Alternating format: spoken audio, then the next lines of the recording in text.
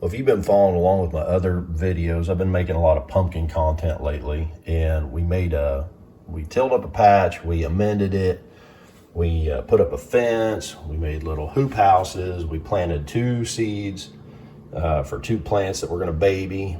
And I just went through the refrigerator and picked out a bunch of these seeds. All these seeds I'm going to go ahead and plant. We've got a field, it's a little over an acre out there, and we're going to be doing field pumpkins. And I've got this accumulation of seeds where I went hog wild in the fall. And some of these are gifts. Like you see this here, I placed an order with this Huffman back in the fall. I think I bought, I don't know, 6 or 8 or 10 seeds, and he included a gift. This one was from Engel. This was a gift that it was through one of the Facebook groups. And this one was placed an order with Bill Sexton. He included that one. So some of these are, they're great genetics. I mean, some of these I paid for. This was that order from Huffman. And after I sort of accumulated everything, it's like, wow, what have I done? This one was a pumpkin that I saw in a guy's front yard down the road. He lives in Manchester, and he had bought it at Weber's. He bought this giant pumpkin from Weber's Garden Center in southwestern Ohio, and they estimated it to be about a 600-pounder. And it was just sitting out in his yard. His kids carved it for a jack-o'-lantern, so I asked him if I could pull seeds out of it. So I don't know if they're any good or not. They were kind of moldy. I treated them with bleach, and I don't know if I might have killed them. They might not sprout anyhow. So we're going to get all these in pots or maybe 1801 flats, and we're going to get them out there in the field. And if we're going to do that field with field pumpkins anyhow, so we might just sort of have a area of the field designated for a giant pumpkin patch.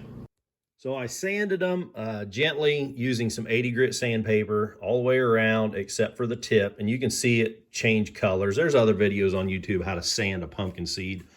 We got them sitting here. I'm going to go ahead and soak them. My timer's almost done. I set a 30-minute timer. I don't know how much it really matters. I mean, these things float like a cork. They don't seem like they really absorb any water, but it's only half an hour of our time. So I'm letting them sit there for a few more minutes till my timer goes off. I am using Burger BM7 as my potting soil. I didn't amend it with any special stuff. It's just Burger BM7 right out of the bag. It's lightly moistened, but I'm going to go ahead and I'll wet them in after we plant the seeds. So we got a few more minutes on our timer. While I'm waiting, I transplanted the last of my American persimmons for the season. So those are over there. I've got some Chinese chestnuts growing next to them. This is the rest of that same batch of Chinese chestnuts. This is the second batch of these that I did this spring. I want to show you my heat mat and grow lights and talk a little bit about that. So this heat mat, this is one of those cheapies from Amazon. I picked it up on a Black Friday deal for 10 bucks last year. And this is the big one, the 48 by 20. I really, really like this. I've been using this all spring, mostly for my trees, but also I just did a couple of pumpkin plants and moved those outside yesterday. And they've been sitting in here for a couple of weeks under the grow lights. So I really, really like that cheap heating mat. And then also these grow light frames, I'll link in the description. These are 4 essentially identical frames that I made using Amazon lights that I got again on a Black Friday deal, and 2x4s that I ripped down, and just real simple construction. And again, I'll link that video in the description how I made those and everything.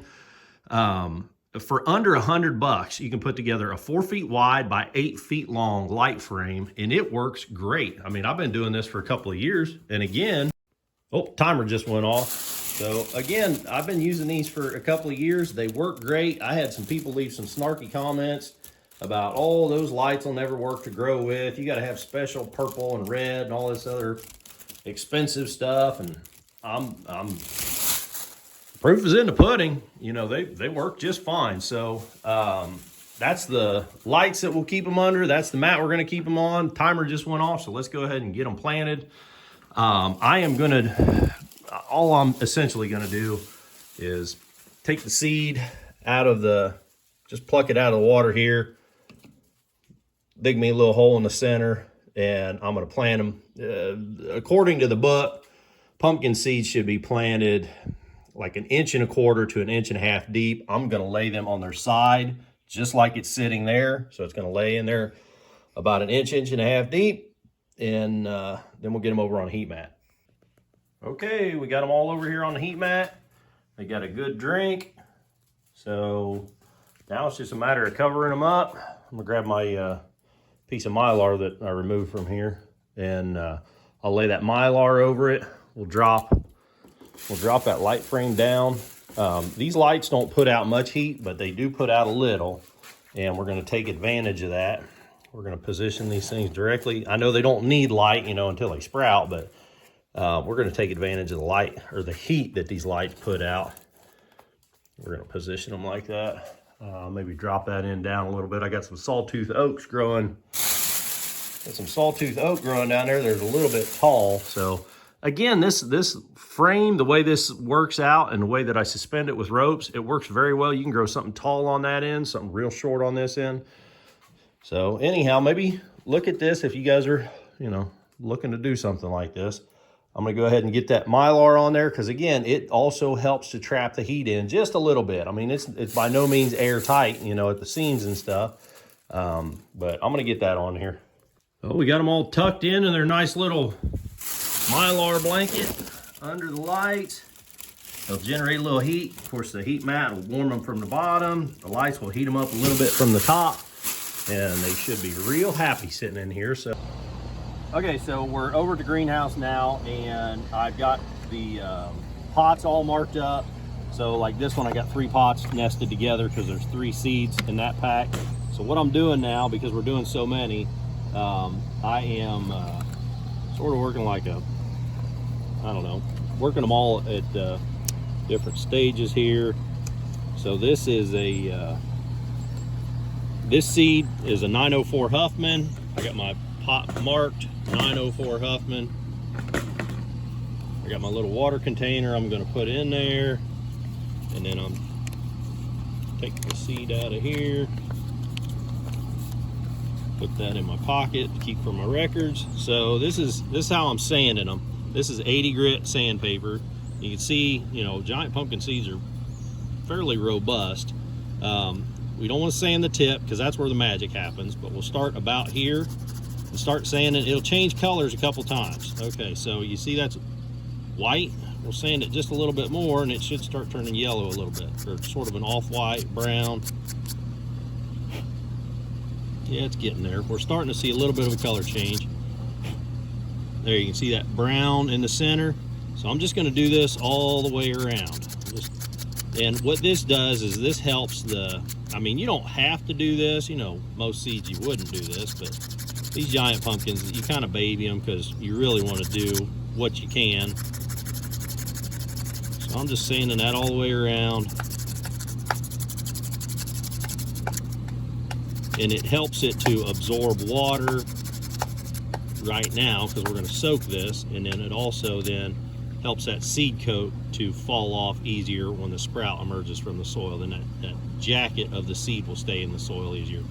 So there we go. We're going to drop that in the water, and we're going to let that soak for, oh, I don't know, until I get done here, and then we'll cycle back through. So it'll probably soak for at least a half an hour. So we're going to set that one off to the side, and we're going to grab the next one. So there's, I think that's one of them you just watched me sand. It's the dark brown ones. Okay, so some of them, like that one, we had to sand through 2 layers. Well, these light ones, you only end up sanding through 1 layer. So, you know, if you're doing this, you're looking for that sort of dark yellow layer in the center. You know, if you get these light seeds, you only got to go through 1 layer though. So don't go hog wild sanding. Here we are inside one of the houses, and we got all our giants planted. So you can see how many we end up with. What was that? 1, 2, 3, 1, 2, 3, 4, 5, 15 in here. And then this is that one. Again, we're gonna see if those seeds are even any good. I think I mentioned it earlier that I had bleached those because they were so moldy when I got them. So I don't know if they're gonna do anything. We put 2 of them in the pots, and then I figure the rest of them I'll put in these 1801s. So it'd be great if they did make it. That's all the giants that are gonna go out in the patch. And again, for you guys that have not subscribed, the patch is gonna be out here. So my parents have the greenhouses, and then I live next door. And you can see, that's my giant pumpkin patch that's got the fence around it. We're doing 2 plants in it. And then there's about an 1.5 acre field there. So we're gonna do giants in part of the patch. And then we're also gonna do regular pumpkins. That's what I'm gonna start planting now. The other houses, he's got 2 of them emptied up in the last couple days. They're winding down their season. That's one big order that they have for a church festival. I've got just a few out there, and then what's left in that house we just saw. So these are Captain Jack, and they're film coated, that Farmore coating. Of course, these come from Harris. So these are gonna be the first ones that I plant, but I think I've got, well, I know what I've got. I've got some Cinderellas. These are the gourds. That's a mixed gourd. There's the Cinderellas. We got some gladiators. That's another big jack-o'-lantern. There's the other pack of gladiators. Abominable, that's a white pumpkin. Fireball, that's a red and orange striped pumpkin. That's a cool looking pumpkin. And there's another Captain Jack. Captain Jack is a big jack-o'-lantern pumpkin. Yeah, we got a crew tonight planting pumpkins. So we are planting Fireball. So they're just about done with this. We planted some other varieties. I'll show you in the greenhouse in a little bit. It goes really fast. We need like, I don't know, like 80 some flats, but it goes really quick when you got everybody out here working. So he's filling flats over there.